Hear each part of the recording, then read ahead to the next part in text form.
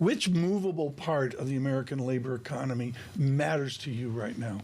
Well, probably the piece that matters most is what's happening to wages, and so that the Fed can take a little bit of comfort in that despite the very strong numbers the headline numbers that we saw in the upward revisions, we're not seeing an intensifying wage pressure.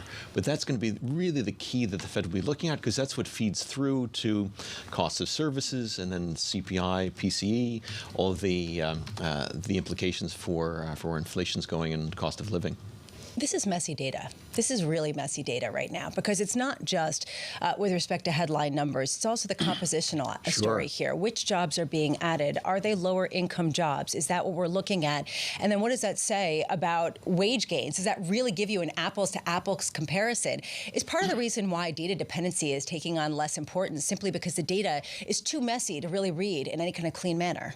Yeah, you bring up a very important point, because it's really important to unpack those numbers and look at the composition.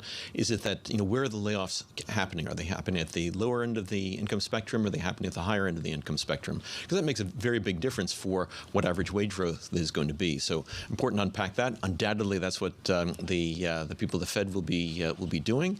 But we'll see. I think my guess is this will be consistent with a skip.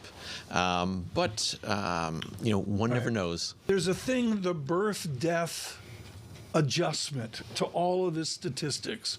Explain how experts like you are not worried or don't have the angst that we have in the birth-death study. So I think just stepping back, bigger picture, I don't think these numbers are politicized. I do think they try to do the best job possible.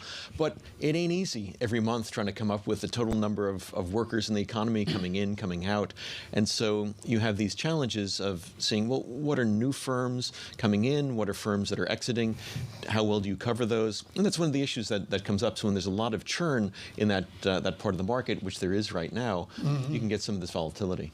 As you take a step back, especially with the upward revisions, can we make some assumption that perhaps there should be an increased pricing of further rate hikes down the line, that perhaps Citigroup's Andrew Hollenhorst is more right than some of the people who are saying that there are going to be rate cuts starting in September?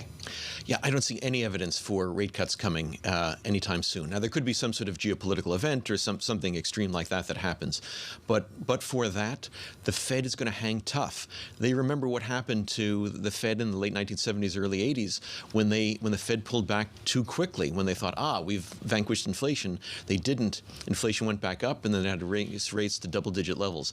They don't want to do that. They'd much rather move things up to the upper fives rather than take a long pause and then have to go to 8 or 10. How high is the threshold right now to cut? Oh, I think it'd be very, very high, unless there's some sort of miracle where we get this immaculate disinflation and inflation just falls like a stone, which I have seen no evidence for. They ain't going to be cutting anytime soon.